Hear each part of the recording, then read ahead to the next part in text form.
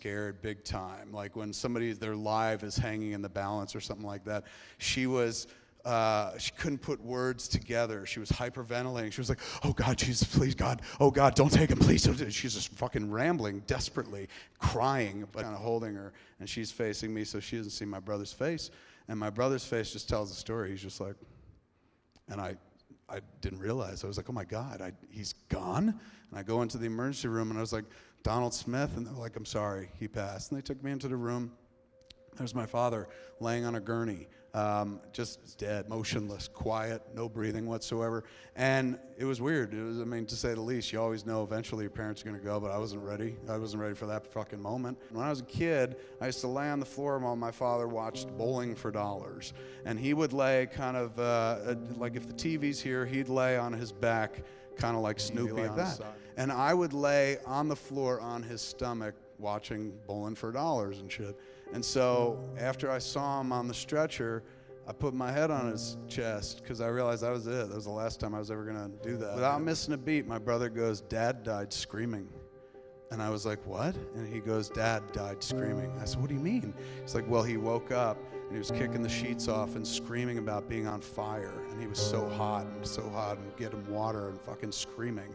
The screaming got louder and louder and it reached a fever pitch and he died.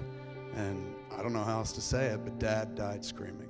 And dude deserved way better than to die screaming. But that good dude, he did die screaming. And I remember thinking, oh my God, in this world where even a good man like my old man is gonna die screaming, there's no point in not trying to achieve every fucking dream that I have. This is my eventual end. One day, and I really felt like, man, that's like, this is my future. We're all probably gonna go out screaming. So the best thing to do prior to that is to try to pack that life with as much wonderfulness, fun, productivity. Surround yourself with people that are gonna fucking help you do that. You know, because in this world, there's not a lot of support. There's a lot of negativity, there's a lot of fucking cynicism. Even as I sit here and tell that story about my fucking father dying, I guarantee you there's a cynical head in this house, maybe more, sitting there going, who cares, move on, tell a dick joke. The world is full of fucking why, man. You tell people something, they'll tell you why. Throw a rock and you'll hit somebody with why. Like, hey man, I wanna make a movie. Why?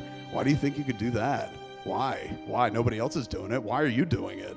There's so much fucking why. You go out and you find why not. You surround yourself with why not. People are just like, why not? Where you're like, hey man, I'm gonna try something. Like, all right, why not? Let's give it a shot.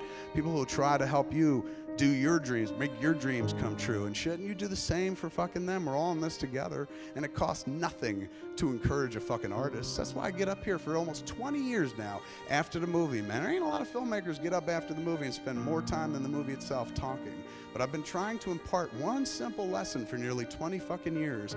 Anybody can do this. You know what I'm saying? Like, I wasn't born into a business or the film business or born with a mic in my hands. I have no fucking discernible talent whatsoever, man. I have no connections to the business. We're from fucking New Jersey and stuff. I got lucky. Somebody picked up the movie and boom, I was off and running. And part of that manifest, part of your honor, part of your privilege is to make sure that keeps going, to encourage other people. You know, to tell people it's worth the shot. Just like Wayne Gretzky said, like, you miss 100% of the shots you never take.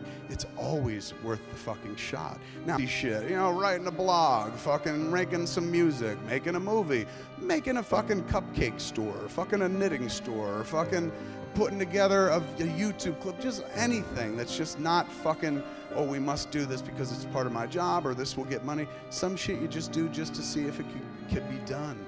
Live a why not life, man, because we're all gonna die fucking screaming. So make sure when you die screaming, you're totally fulfilled. You're like, I took all the shots, I did it. I went after everything I wanted to, or at least tried. Take the shot. The shot is always fucking worth taking. When you encourage an artist, think about the potential that comes out of it. You tell a dude, good job, man. That person maybe one day writes that blog that you meme out to the entire world because it says exactly what you always wanted to say but couldn't yourself. Or they write that fucking song that you play over and over after a loved one fucking dies because it means the world to you. They make that fucking movie that is the one you cling to when everything is going wrong in life. Oh, you pop that in and fucking things aren't bad for 2 hours. All that comes from encouraging an artist. Nothing good comes from discouraging an artist. So for fucking 20 years, I keep coming up here and going, go out and do it.